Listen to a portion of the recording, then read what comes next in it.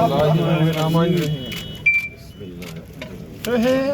صل على سيدنا محمد وعلى آله مائک تھا بول منظور مائک تھا. اللهم بارك على محمد وعلى آله كما باركت على إبراهيم وعلى آل إبراهيم إنك اللهم ورزقا طيبا ورزقا واسعا ورزقا حلالا ورزقا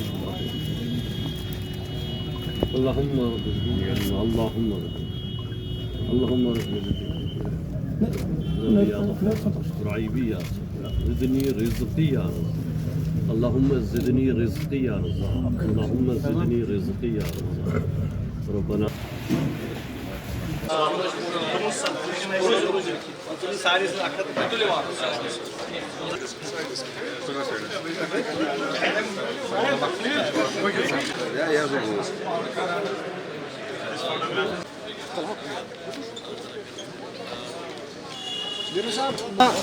نشے کی لت میں اضافہ ہی ہو رہا ہے، وہیں پہ خودکشی کے رجحان جو ہے وہ بھی بڑھتا جا رہا ہے.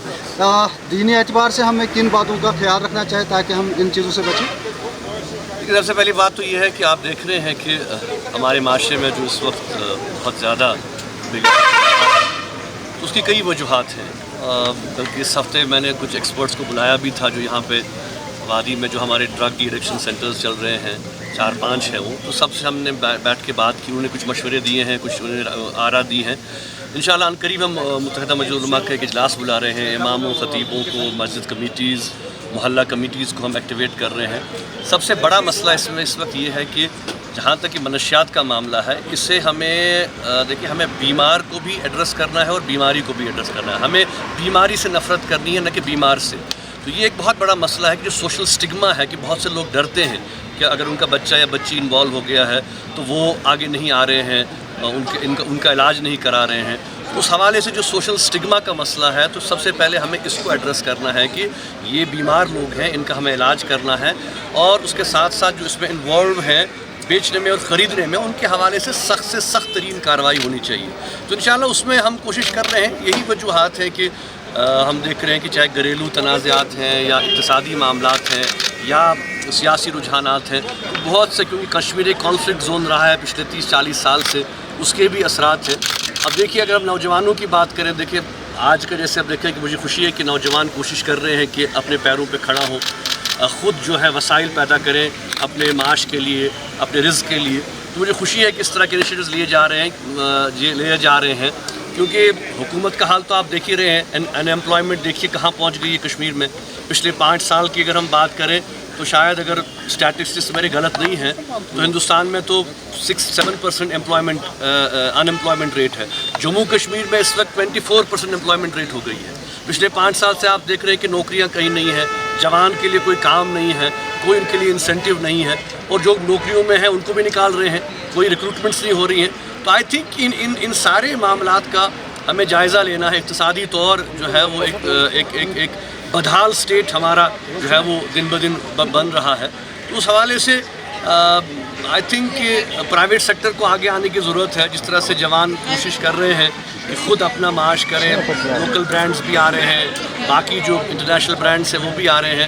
تو کوئی نہ کوئی محنت لگے ہوئے ہیں جماعت اس وقت محنت کرنے میں کہ کوئی نہ کوئی طریقہ نکلے. لیکن جہاں تک حکومت کی ذمہ داری ہے، میں سمجھتا ہوں کہ حکومت اپنی ذمہ داری جو ہے وہ پورا کرنے میں بالکل ناکام ہو چکی ہے. اور یہاں پہ اب دیکھیں کہ جو ان ایمپلائمنٹ کا جو مسئلہ ہے وہ بہت بڑا مسئلہ پیدا ہو گیا. حکومت کے حوالے سے اگر بات کریں، کوئی ایسا قدم جو چاہتے ہیں آپ اٹھائے سرکار تاکہ عوام جو ہے؟ سب سے پہلے تو مسئلہ یہ ہے کہ دیکھیں جہاں تک آپ نے یہ کہا کہ جیسے اگر ہم منشیات کی بات کریں تو اس میں بھی یہ ہمیں دیکھنا ہے کہ یہ جو سارا پچھلے جمعہ کو بھی جو میں نے بات کی تھی، اگر ہم کہہ رہے ہیں کہ 30,000-35,000 سرینج روز استعمال ہو رہے ہیں، ہمارے لاکھوں میں 15 لاکھ سے زیادہ لوگ اس میں انوالو ہو چکے ہیں پورے اسٹیٹ میں. تو یہ جو نیکسس ہے آنے کا، یہ ڈرگز کہاں سے آ رہے ہیں، کیسے یہ پھیل رہے ہیں، ان کے جو سارا سیٹ اپ ہے، یہ اس میں تو گورنمنٹ کو دلچسپی لینی ہے نا کہ یہ دیکھیے آج کے دور میں آج اگر آپ سوشل میڈیا پہ کوئی ٹویٹ کرتے ہیں یا کوئی پوسٹ کرتے ہیں تو 1 گھنٹے کے اندر آپ کو جو ہے انویسٹیگیٹو ایجنسیز جو ہے وہ آپ کو مارک کر لیتی ہیں. یہ جو سارا معاملہ ہے اس میں کیوں اتنا ڈیلے کیوں ہے اس میں ٹھیک ہے، میں یہ نہیں کہہ رہا کہ حکومت کچھ نہیں کر رہی ہے، کچھ انیشیٹوز لیے ہیں گورنمنٹ نے، پولیس نے، کہ جس میں کہ ڈرگ ایڈکٹس کے خلاف سخت سے سخت کارروائی کی گئی ہے، PSA بھی لگایا گیا ہے ان کو، لیکن میں سمجھتا ہوں کہ اس سے بھی زیادہ سخت کارروائی کرنے کی ضرورت ہے حکومت کی. جہاں تک عوام کی ذمہ داری ہے اور جہاں تک لوگوں کی ذمہ داری ہے، سوسائٹی کی ذمہ داری ہے، وہ بھی ہمیں نبھانی ہے. ہم سارا جو ہے دوش حکومت کو نہیں دے سکتے.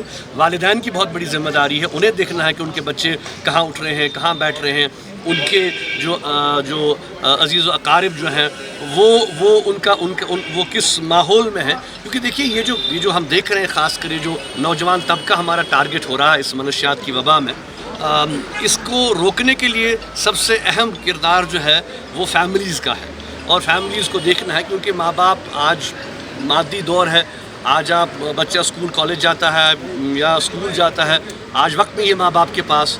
تو آئی تھنک تھوڑا سا ماں باپ کو، فیملی کو یہ دیکھنا ہے کہ ان کو اپنے بچوں کی ڈے ٹو ڈے ایکٹیویٹیز میں انٹرسٹ لینا ہے. دیکھیے خالی تعلیم کا مسئلہ نہیں ہے، تعلیم تو ماشاءاللہ یہاں پڑھ رہے ہیں لوگ اور اچھی تعلیم پڑھ رہے ہیں. تعلیم کے ساتھ جب تک آپ تربیت نہیں دیں گے گھروں میں، اور اس میں سمجھتا ہوں کہ دینی تعلیم، اخلاقی تعلیم، سماجی معاملات میں تھوڑا سا ہمیں دلچسپی لینی ہے. اسی لیے میں کہہ رہا ہوں کہ جو ہمارے امام ہیں، مساجد ہیں، الحمدللہ ہمارے پاس ایک بہت بڑا نیٹ ورک ہے مسجدوں کا، دینی تنظیمیں ہیں، سماجی تنظیمیں ہیں، NGOs ہیں، محلہ کمیٹیز ہیں. اگر یہ سارے مل کر کوئی قدم اٹھاتے ہیں تو میں سمجھتا ہوں کہ کوئی بڑی بات نہیں ہے کہ ہم اس ناسور کا مقابلہ کر سکتے ہیں اور اس وبا سے کشمیر کو ہم نجات دلا سکتے ہیں.